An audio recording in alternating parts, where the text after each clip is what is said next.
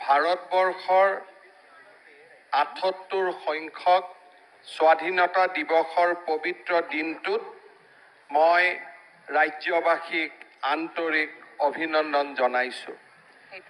এই শুভ দিনটোত জাতিৰ পিতা মহাত্মা গান্ধীলৈ সমগ্ৰ অসমবাসী ৰাইজৰ হৈ সশ্ৰদ্ধ প্ৰণিপাত জনাইছোঁ। স্বাধীন ভাৰত গঢ়াৰ মহান সংগ্ৰামত দেশপ্ৰেম আৰু ত্যাগৰ বিৰল দৃষ্টান্ত দাঙি ধৰা প্ৰতিগৰাকী অমৰ শ্বহীদ আৰু মুক্তি যুঁজাৰুলৈও মই গভীৰ শ্ৰদ্ধা নিবেদন কৰিছোঁ। লগতে দেশৰ সুৰক্ষাত নিয়োজিত হৈ থকা ভাৰত মাতৃৰ সাৰ্বভৌমত্ব আৰু অখণ্ডতা সুৰক্ষিত কৰিবলৈ আত্মবলিদান দিয়া ভাৰতীয় সেনাৰ বীৰ শ্বহীদসকলকো মই শ্ৰদ্ধাৰে সোঁৱৰণ কৰিছোঁ। অসমৰ বুকুলৈ শান্তিৰ কপৌজুৰি উভতাই আনিবৰ বাবে এই সমগ্ৰ কালছোৱাত যিসকল অসম আৰক্ষীৰ জোৱান, অৰ্ধ সামৰিক বাহিনীৰ জোৱানে মৃত্যুক সাৱটি ল'লে, সেই সকললৈও মই মোৰ গভীৰ শ্ৰদ্ধা নিবেদন কৰিছোঁ। ভাৰতবৰ্ষৰ ৭৮ সংখ্যক স্বাধীনতা দিৱসৰ সৈতে সংগতি ৰাখি প্ৰধানমন্ত্ৰী নৰেন্দ্ৰ মোদী ডাঙৰীয়াৰ আহ্বানত এইবাৰো অসমৰ ৰাইজে বিপুল উৎসাহেৰে হৰ ঘৰ তিৰংগা কাৰ্যসূচী পালন কৰিলে। তাৰ বাবে সমগ্ৰ অসমবাসী ধন্যবাদ আৰু অভিনন্দনৰ পাত্ৰ। আমাৰ তিনিবৰণীয়া জাতীয় পতাকাখন প্ৰতিগৰাকী ভাৰতীয়ৰ আৱেগ আৰু স্বাভিমানৰ প্ৰতীক। ইয়াতে মিলিত হৈ আছে হেজাৰজন মুক্তি যুঁজাৰুৰ আত্মবলিদান আৰু শত শ্বহীদৰ কেঁচা তেজ। ৰূপকোঁৱৰ জ্যোতিপ্ৰসাদ আগৰৱালাদেৱে সেয়েহে লিখিছিল, উৰ উৰ উৰ উৰ অভ্ৰভেদী উৰ, নীল আকাশত উৰ, তৰাৰ মাজত উৰ, সবাৰে ওপৰ উৰ। অ মোৰ তিনিবৰণীয়া ভাৰতৰ পতাকা, আলোক বিমান উৰ মোৰ ভাৰতৰ বিজয় নিশান। সত্যৰ আলোকৰে দিগন্ত উজলি, অহিংস শান্তিৰ বাণী প্ৰচাৰী মহান, সূৰুজৰ দৰে দীপ্তমান, বজ্ৰমুঠিৰ বান্ধে তোমাক প্ৰণামিছো, প্ৰণ কৰি প্ৰাণ, অ মোৰ ভাৰতৰে বিজয় নিশান। 1947 চনৰ 15 আগষ্ট ভাৰতবাসীৰ বাবে এক তাৎপৰ্যপূৰ্ণ দিন আছিল। সেই দিনটোতে ব্ৰিটিছ শাসনৰ পৰা মুক্ত হৈ ভাৰতবাসীয়ে গণতন্ত্ৰৰ ভেটি প্ৰতিষ্ঠা কৰিছিল। সেই দিন ধৰি বিগত 8টা দশকে বিভিন্ন প্ৰত্যাহ্বান সফলতাৰে অতিক্ৰম কৰি গণতন্ত্ৰৰ প্ৰমূল্য আৰু আদৰ্শ আজিও সগৌৰৱে জীয়াই ৰাখিছে। 1975 চনত তদানীন্তন প্ৰধানমন্ত্ৰী ইন্দিৰা গান্ধীৰ নেতৃত্বত জাৰি কৰা জৰুৰীকালীন অৱস্থাৰ দৰে কলা অধ্যায়ৰ বিৰুদ্ধেও যুঁজি সহিষ্ণুতা আৰু অহিংসাৰ অমোঘ বাণীৰে দীপ্ত ভাৰতীয়সকলে গণতন্ত্ৰৰ প্ৰতি থকা দায়বদ্ধতাৰ উজ্জ্বল নিদৰ্শন প্ৰতিষ্ঠা কৰিছিল। মহান ভাৰতীয় গণতন্ত্ৰৰ বিজয় ধ্বজা সম্প্ৰতি মাননীয় প্ৰধানমন্ত্ৰী নৰেন্দ্ৰ মোদী ডাঙৰীয়াৰ নেতৃত্বত সগৌৰৱে উৰিবলৈ ধৰিছে। দেশবাসীয়ে মোদী ডাঙৰীয়াক প্ৰধানমন্ত্ৰী হিচাপে তৃতীয়বাৰৰ বাবে নিৰ্বাচন কৰাটো ভাৰতীয় গণতন্ত্ৰৰ এক বিৰল পৰিঘটনা। শেহতীয়া লোকসভা নিৰ্বাচনত প্ৰধানমন্ত্ৰী নৰেন্দ্ৰ মোদী ডাঙৰীয়াক তৃতীয়বাৰৰ বাবে প্ৰধানমন্ত্ৰীৰ আসনত বহুৱাবলৈ অসমবাসী ৰাইজে যি সহযোগিতা আগবঢ়ালে, গণতন্ত্ৰৰ ভোটিং মেচিনত অসমবাসী ৰাইজে নৰেন্দ্ৰ মোদী ডাঙৰীয়াৰ প্ৰতি যি আশীৰ্বাদ আগবঢ়ালে, অসমৰ বিকাশ যাত্ৰাৰ প্ৰতি যি ধৰণে নিজৰ সমৰ্থন ব্যক্ত কৰিলে, আজি স্বাধীনতা দিৱসত তিৰংগ পতাকাৰ তলত থিয় হৈ মই অসমবাসী ৰাইজৰ ওচৰত গভীৰ কৃতজ্ঞতা জ্ঞাপন কৰিছো। দেশবাসীৰ আস্থা আৰু বিশ্বাসক সৰুগত কৰি নিজৰ তৃতীয়টো কাৰ্যকালত প্ৰধানমন্ত্ৰী ডাঙৰীয়াই ভাৰতক বিশ্বৰ সৰ্বশ্ৰেষ্ঠ ৰাষ্ট্ৰ হিচাপে গঢ়ি তোলাৰ বাবে নিষ্ঠাৰে প্ৰয়াস চলাইছে। মই অসমবাসীৰ হৈ ভাৰতৰ প্ৰধানমন্ত্ৰী নৰেন্দ্ৰ মোদী ডাঙৰীয়াক তেওঁৰ তৃতীয়টো কাৰ্যকালৰ প্ৰাৰম্ভণিত তেখেতে যাতে ভাৰতক বিশ্বৰ বুকুত উজ্বলাই তুলিব পাৰে তাৰ বাবে শুভেচ্ছা জনাইছো। মা কামাখ্যা আৰু মহাপুৰুষ শ্ৰীমন্ত শংকৰদেৱৰ পবিত্ৰ ভূমি এই অসমৰ পৰা মই পুনৰ এবাৰ প্ৰধানমন্ত্ৰী নৰেন্দ্ৰ মোদী ডাঙৰীয়াক উষ্ণ অভিনন্দন জনাইছো। যি সময়ত আজি আমি তিৰংগ পতাকাৰ তলত থিয় হৈছো, মোৰ মন বাংলাদেশত থকা হিন্দু লোকসকলৰ প্ৰতি, খ্ৰীষ্টিয়ান লোকসকলৰ প্ৰতি, বৌদ্ধ জৈন লোকসকলৰ প্ৰতি মোৰ মন উৰি গৈছে। মনটো কৰবাত খেমেকি আছে, কৰবাত তেওঁলোকৰ জীৱন আৰু ভৱিষ্যতৰ প্ৰতি উদ্বিগ্নতা আমাৰ কথা বতৰাত প্ৰকাশ পাইছে। ভাৰতবৰ্ষৰ বিভাজন কোনো লোকেই বিচৰা নাছিল। স্বাধীনতা সংগ্ৰামত ঐক্যবদ্ধ ভাৰতৰ বাবে আৰু ভাৰতৰ স্বাধীনতাৰ বাবে সকলোৱে সংগ্ৰাম কৰিছিল। বাংলাদেশত থকা, পাকিস্তানত থকা হিন্দু লোকসকলেও এখন অখণ্ড ভাৰতৰ বাবে সংগ্ৰাম কৰিছিল। সেই সময়ৰ ৰাষ্ট্ৰৰ নেতৃত্বত থকা লোকসকলে মৌলবাদী আৰু ভাৰতক দ্বিখণ্ড কৰিব বিচৰা এছাম লোকৰ ওচৰত আত্মসমৰ্পণ কৰিছিল।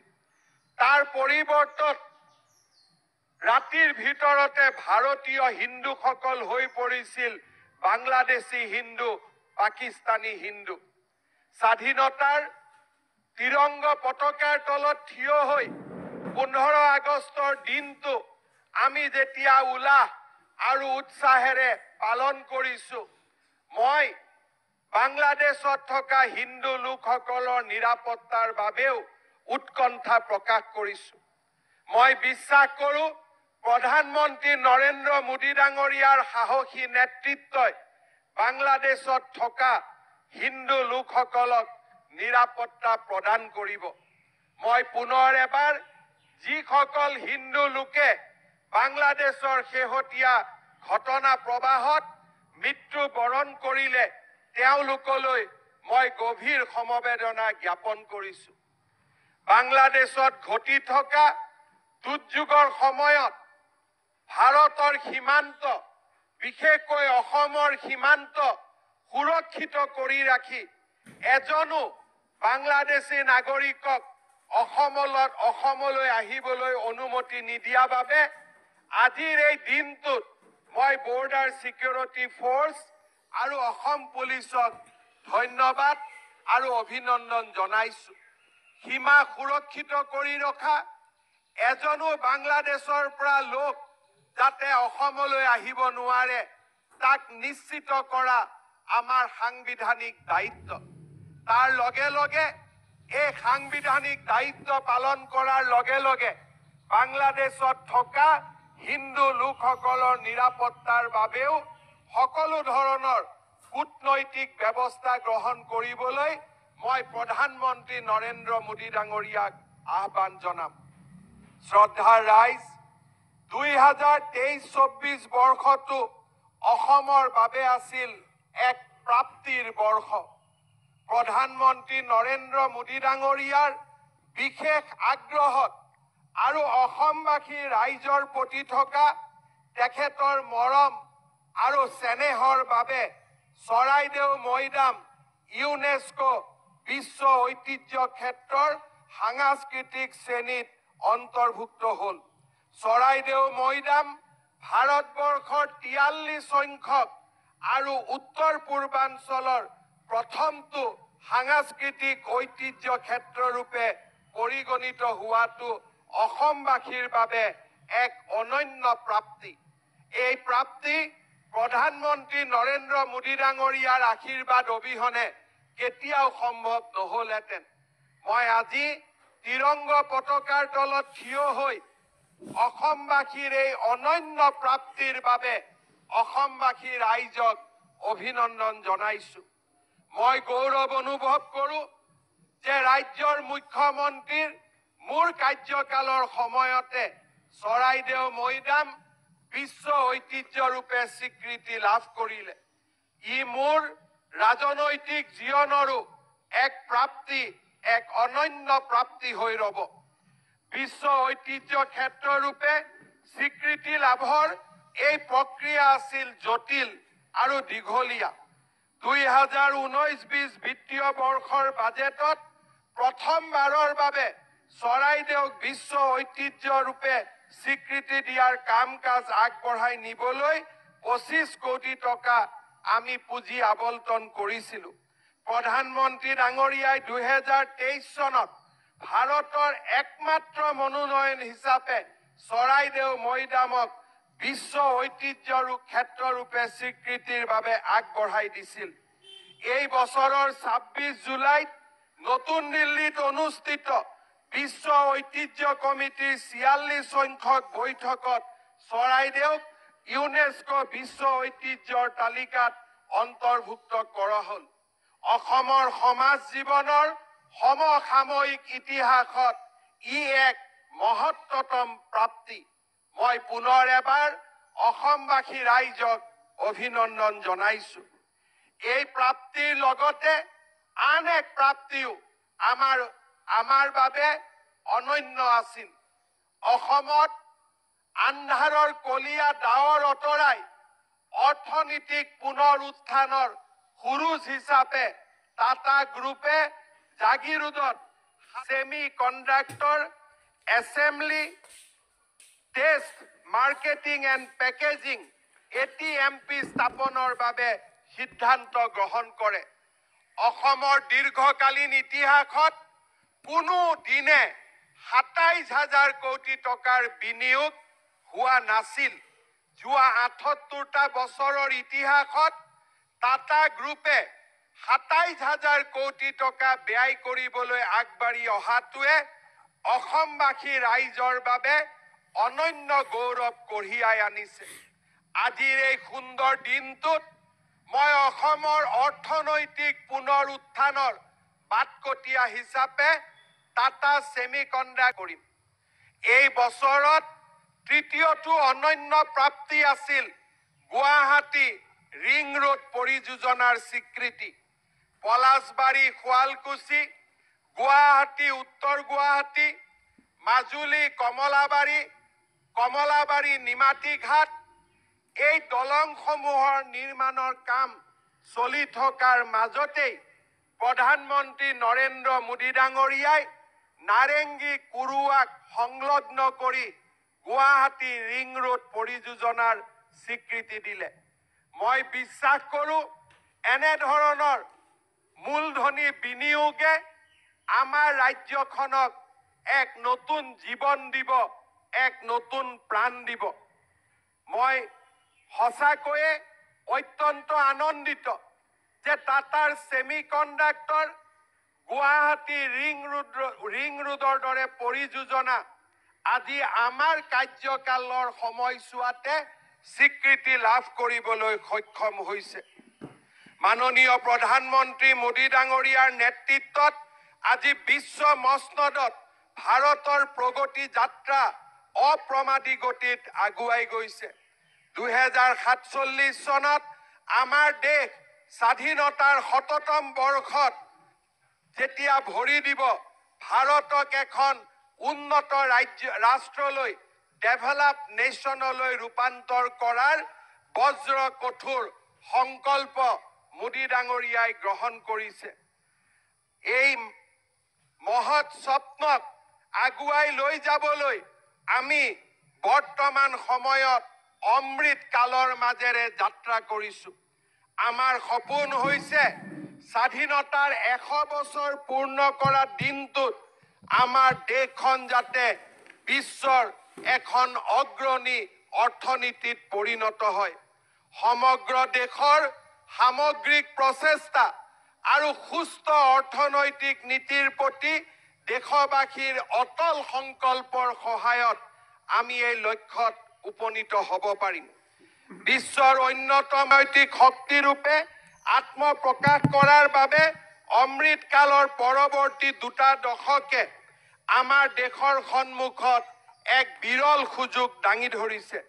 যদি আমি 8% হাৰত আমাৰ মুঠ ঘৰুৱা উৎপাদন বৃদ্ধি কৰোঁ, ভাৰতবৰ্ষ 100 বছৰ পূৰ্তি হোৱা দিনটোত $55 ট্ৰিলিয়ন অৰ্থনীতিত পৰিণত হোৱাটো অৱধাৰিত।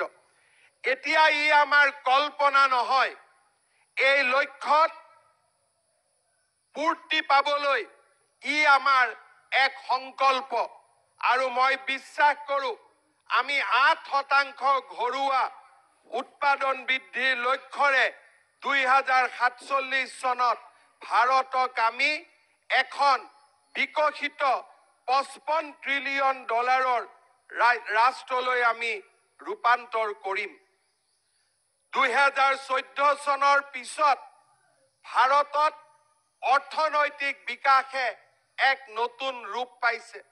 2002ৰ পৰা 2013 চনত ভিতৰত এই 10 বছৰ কালত ভাৰতৰ বিকাশৰ গড় আছিল 1.3%। 2014 চনৰ পিছত বিকাশৰ গড় 2.7% বৃদ্ধি পাইছে। ভাৰতৰ অৰ্থনৈতিক উন্নয়নে ভাৰতীয়সকলৰ আত্মবিশ্বাস ঘূৰাই অনাত বিস্তৰ অৰিহণা যোগাব। ভাৰতে বিশ্বৰ আগশাৰীৰ অৰ্থনীতিৰ মাজত নিজৰ উচিত স্থান নিশ্চিত কৰাৰ লগে লগে হিন্দু ৰেট অফ গ্ৰোথ বা হিন্দুসকলৰ অৰ্থনৈতিক লেহেমীয়া বৃদ্ধিৰ হাৰৰ তথাকথিত অপমানজনক অভিধাৰৰো ওৰ পৰিব। 1978 চনত এই অভিধাৰ সৃষ্টি কৰিছিল মাৰ্ক্সবাদী অৰ্থনীতিবিদ ৰাজকৃষ্ণই। 1955 চনৰ পৰা ভাৰতীয় অৰ্থনীতিৰ লেহেমীয়া বৃদ্ধিৰ হাৰক উপলুঙা কৰি প্ৰথম এই অভিধাৰ তেখেতে উদ্ভাৱন কৰিছিল। স্বাধীনতাৰ প্ৰথম 3টা দশকত ভাৰতৰ অৰ্থনীতি 4%তকৈও কম হাৰত বৃদ্ধি পাইছিল আৰু ৰাজকৃষ্ণই ইয়াক হিন্দু বৃদ্ধিৰ হাৰ বুলি উপলুঙা কৰিছিল। মই বিশ্বাস কৰোঁ আজি আমাৰ দেশ যি ধৰণে অৰ্থনৈতিক উন্নয়নৰ দিশত গতি কৰিছে, ৰুছিয়া, ইউক্ৰেইন, ইজৰাইল, ইৰাণ এই সমগ্ৰ বিশ্ব পৰিঘটনাৰ পিছতো যি ধৰণে অৰ্থনৈতিক উত্থানৰ মানদণ্ড অব্যাহত ৰাখিছে, মই বিশ্বাস কৰোঁ সি আমাক 2047 চনত আমাৰ লক্ষ্য প্ৰাপ্তিৰ ফালে আগবঢ়াই লৈ যাব। প্ৰাচীন ভাৰতৰ কৌটিল্য অৰ্থশাস্ত্ৰ আৰু থিৰুকুলৰ দৰে পুৰাতন পৰম্পৰাত শিপাই থকা হৈছে ই আমাৰ ঐতিহ্যৰ এক অপৰিহাৰ্য অংগ।